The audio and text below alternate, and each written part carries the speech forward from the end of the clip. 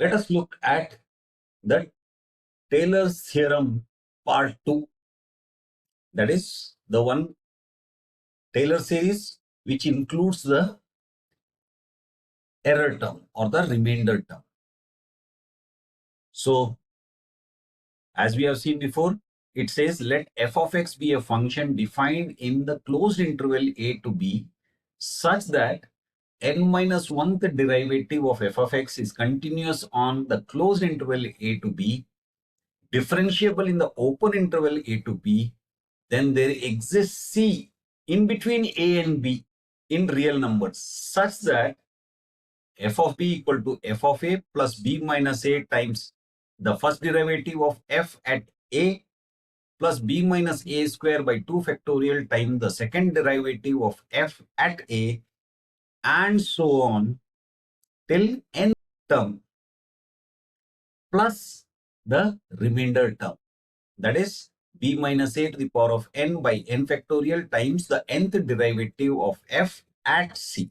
And as we have seen, the last term is the remainder term. So let's understand this with an example, a numerical example. So f of x is equal to e to the power of x. Let's bring in that graph. Centered at x equal to a, which is 0. So let's mark that point a at 0.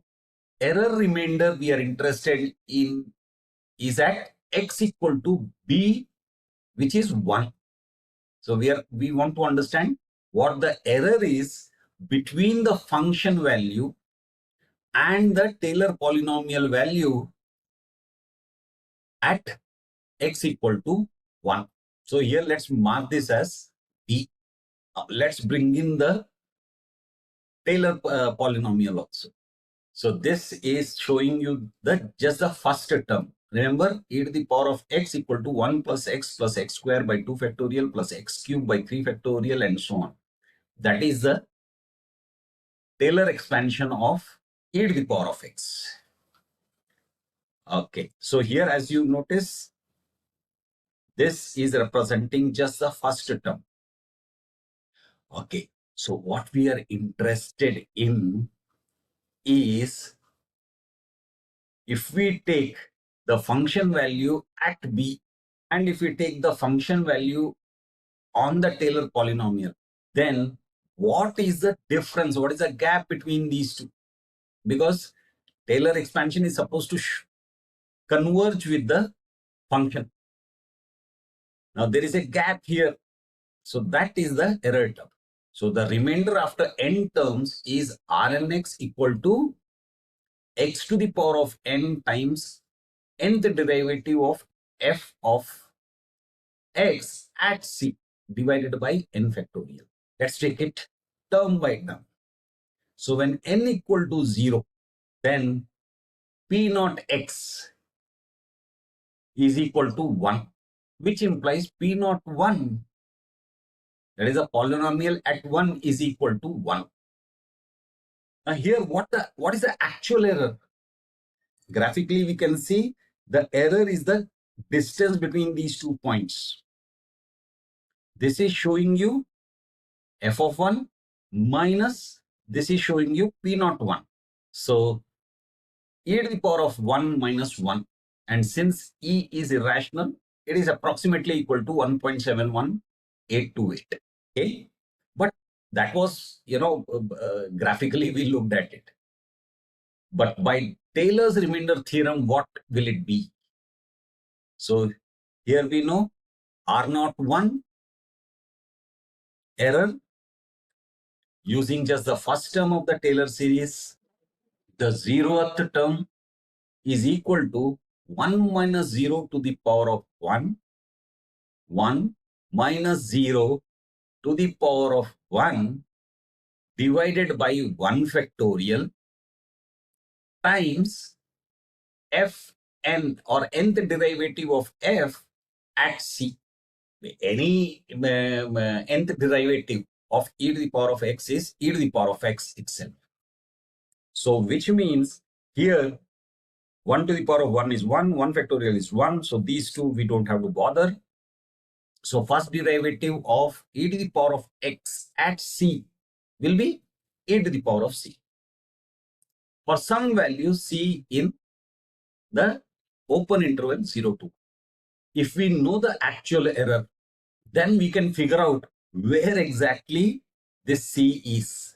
So since we know the actual value, we can say e to the power of c is equal to 1.71828, which implies, well, basically what we are doing is we are simplifying it to get the value of c. So we take the natural log on both sides. So we get natural log of e to the power of c is equal to natural log of 1.71828. Natural log and e cancels out on this side. So we are left with c, and we take the log of this number, we get 0.543. So the c value will be somewhere here. And if we draw a line here, or rather we evaluate the function at 0.543, what we will get is a value which is equal to this segment, whose other end exactly lies on the function. But most of the times we are not interested in the point between A and B. I'm explaining that because the theorem talks about C. Most of the times we are interested in just the error here. What is the magnitude of this segment? If we don't know C, if we don't know the actual error, using this expression, we define the upper bound so that we can say that it is less than so and so. So here what is happening? X minus A is equal to 1. A is 0, X is 1. So 1 minus 0 is 1. Since the interval is A equal to 0 to X equal to 1. Secondly, first derivative of f of t is equal to e of t. And we know e to the power of x is always increasing. So which means the maximum is at 1. So that means t is equal to 1 if we take. That means e to the power of 1 equal to e. And now we apply this formula. So here the absolute value of r naught 1 or r naught at 1 is less than or equal to 1 by 1 factorial times e to the power of t, which is equal to 1 times t, which is approximately equal to 2.71828. So here what we have arrived at is that the error is less than this figure. Okay, that was just using the first term. So the this has to improve when we take n equal to 1. So when we take n equal to 1, what happens? Let me change the graph to reflect that change. So here we are taking 1 plus x, the first two terms. So here p1 of x is equal to 1 plus x, which implies p1 of 1 is equal to 1 plus, since we are taking the remainder at x equal to 1, x is 1. So 1 plus 1 equal to 2. So Pn is 2.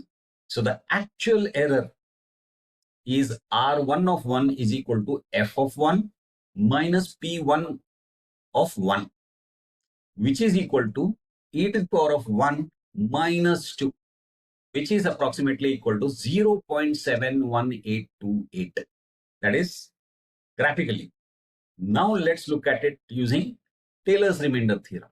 So R1 at 1 is equal to 1 minus 0 square, because as of now n is 1, but the number of terms is 2, because remember summation starts from 0. So 1 minus 0 square by 2 factorial times the second derivative of f at c is equal to 1 by 2 times the second derivative will also be e to the power of c. Again, if we know the actual error, we can equate this with the actual error and figure out what the value for c is. If we don't know the actual error, again using this, we define the upper bound. So here again, x minus a equal to 1, the absolute value. Since the interval is a is equal to 0 to x equal to 1, the second derivative of f at t is equal to e to the power of t. We know e to the power of x is increasing. So on 0 to 1 closed interval, the maximum is at t equal to 1. So e to the power of 1 equal to e. So now we apply this. So R1 of 1 absolute value is less than or equal to x minus a, that is 1 minus 0 to the power of 2. So 1 to the power of 2 by 2 factorial times e to the power of t. Since t is 1, this becomes 1 by 2 times e, which is approximately equal to 1.359. So our error has reduced. Now, when n is equal to 2, I've updated the graph. P2 of x, that is, we take the first three terms. Because remember, summation starts from 0. So 0, 1, 2. So we have P2 of x equal to 1 plus x square by 2 factorial, which implies P2 of 1 or at 1 is equal to 1 plus 1 plus 1 by 2. So the actual error is R2 at 1 is equal to f of 1 minus P2 of 1, which is equal to f of 1 is e to the power of 1 minus 5 by 2, which is approximately equal to 0.21828. That is graphically.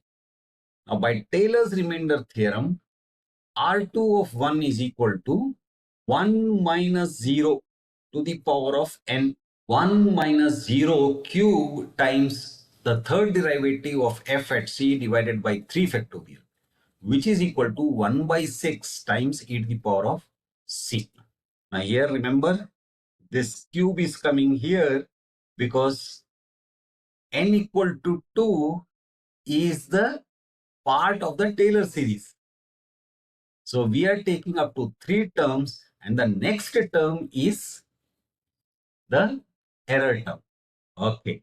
So now, if we know the actual error, we can equate it to the value and figure out where exactly C falls between A and B.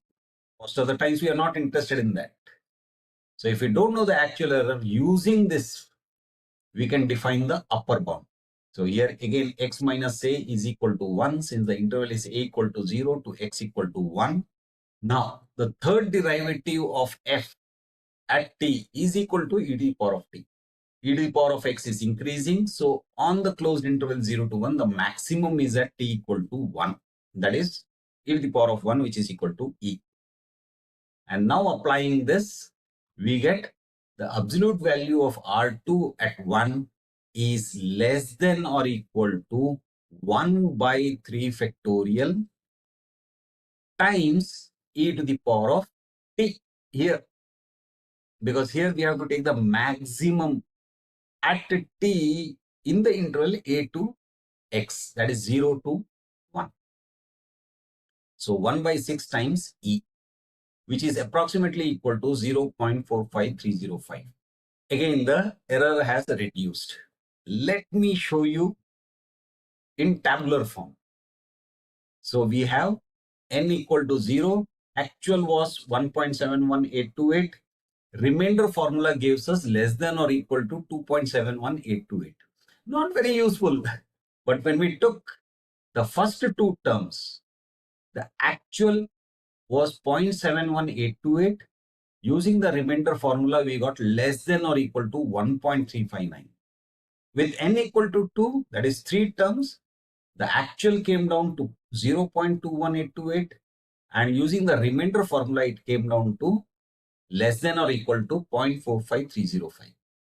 Now, if we take it further, if we take it to, n equal to 6, then we get actual as 0.0002244, and remainder formula will be less than or equal to 0.00053,925. If we take 8 terms, it will be this 0.000000123. And using the remainder formula, we will get less than or equal to 0.0000749. So that means as we go forward, as we take more and more terms, the actual error will disappear. Not only that, using the remainder formula, we will end up with a zero error. That means f of x and the polynomial expansion will merge. And if we take it to infinity, it will merge throughout. But here we are talking of at x equal to 1. So that was Taylor's theorem with remainder term. Again, let me remind you, there is a link to a PDF book which describes all these in detail. Please feel free to download it, refer to it. And if you think somebody else can also benefit from it, please do share. That's it for now.